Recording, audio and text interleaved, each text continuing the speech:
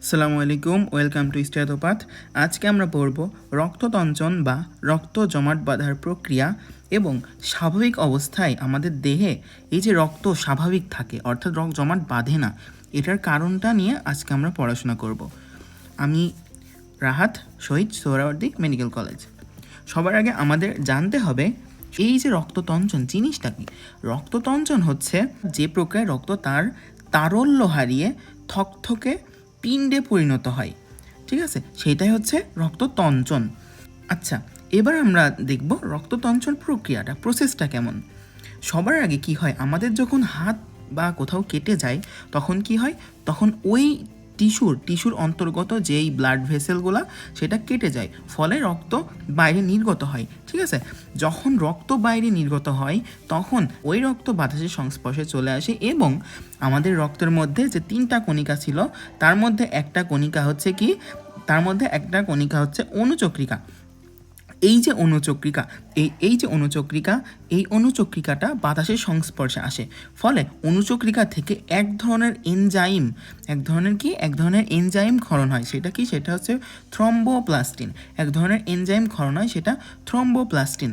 এই thromboplastin calcium 2+ এবং আমাদের যে এই যে ব্লাড ক্লটিং বা রক্ততঞ্চন যে ফ্যাক্টর আছে 13টা, তার মধ্যে থেকে কোনটা তার মধ্যে থেকে 7, 8, 9, 10, তার মধ্যে থেকে কি এই 7, 8, 9, 10 আর ক্লটিং ফ্যাক্টর এবং এই যে ক্যালসিয়াম 2+ আয়ন, এই থ্রম্বোপ্লাস্টিনের সাথে একসাথে কি করে, এই যে নিষ্ক্রিয় প্রোথ্রম্বিনকে এরা একসাথে সক্রিয় থ্রম্বিনে পরিণত করে।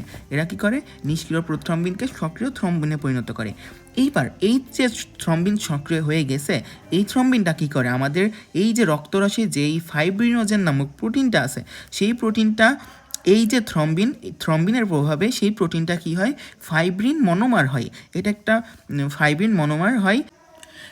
এই যে ফাইব্রিন মনোমার, এইটা অনেকগুলো মনোমার একসাথে যুক্ত হয়ে কি তৈরি করে, অনেকগুলো ফাইব্রিন মনোমার একসাথে যুক্ত হয়ে ফাইব্রিন পলিমার উৎপন্ন করে এবং এই যে অনেকগুলো ফাইব্রিন পলিমার যুক্ত হয়ে কি তৈরি করে, পরস্পরের সাথে যুক্ত করে ফাইব্রিন জালক তৈরি করে। এই যে ফাইব্রিন জালক তৈরি হয়ে গেল, এই ফাইব্রিন জালকে এখন কি করে, আমাদের রক্ত যে বের হচ্ছিল এই রক্তগুলা কি করে, এই ফাইব্রিন জালকে আটকে যায়।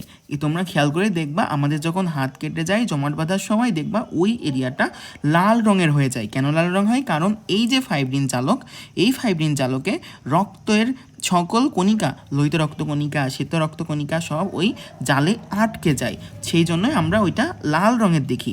পরবর্তী কি হয়, রক্ত জমাট বেঁধে যায়। আশা করি তোমরা প্রসেসটা বুঝতে পেরেছ। এবার আমরা জানবো কেন স্বাভাবিক অবস্থায় আমাদের দেহে রক্ত জমাট বাঁধে না, এটা আমরা এখন জানব। রক্তনালীর ভিতরে সাধারণত রক্ততঞ্চন হয় না।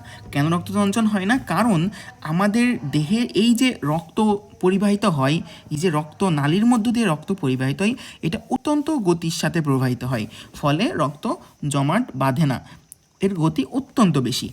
আবার আমাদের এই যে রক্তনালীগুলার অভ্যন্তরের ভেতরের যেই প্রাচীর, সেটা অত্যন্ত মসৃণ হওয়ার কারণে কি হয়, এখানে কোনো সংঘর্ষ হয় না, ফলে এটা অনবরত গতিশীল থাকতে পারে, ঠিক আছে। এটা অনেক মসৃণ, অন্তর্গাত্রটা মসৃণ। আরেকটা যেটা আসল কারণ, সেটা হচ্ছে কি, আমাদের রক্তে এক ধরনের অ্যান্টিকোয়াগুল্যান্ট থাকে বা এই যে তঞ্চক নিরোধক পদার্থ থাকে, যেটার নাম হচ্ছে হেপারিন হচ্ছে একটা মিউকোপলিস্যাকারাইড জাতীয় বস্তু, যেটা হচ্ছে আমাদের রক্তকে জমাট বাঁধতে দেয় না এবং এইটার কারণেই আমাদের হচ্ছে দেহে স্বাভাবিক অবস্থায় রক্ততঞ্চন হয় না। আশা করি বুঝতে পেরেছ। পরবর্তী আরেকটা কোনো ক্লাসে কথা হবে। আল্লাহ হাফেজ।